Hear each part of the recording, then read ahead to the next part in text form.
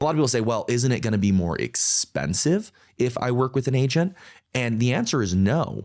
A lot of insurance companies, and the numbers have changed over the years, the cost to acquire a client is usually about 26%. At least that's what I've been told historically. I think Geico and Progressive have both talked to me about that a little bit. It might be higher or lower for different companies or different types of policies. But if a company's spending 26% of whatever you're paying them for insurance to get you as a client, right? To get advertising in front of you or whatever it is, that's their cost.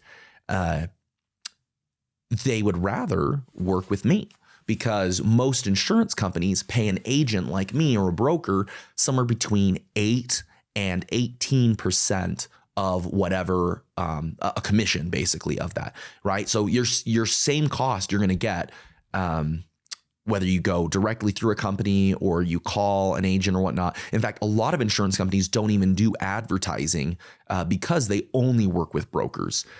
So if you think of companies like Dairyland or Gainsco Insurance, trying to think of other examples that are good of that people don't know of. Meridian is one of those companies where it doesn't matter because you can't get a quote from them directly. You can only get a quote through a broker, and it's because they know the customer acquisition fees are so expensive. Advertising in the insurance space is so competitive and expensive.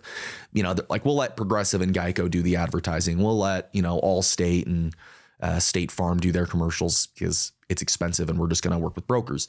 And the reason why they know it works is because, right, if I'm working with 25 insurance companies and I get your information to do a quote, I'm going to just put it in all of those systems.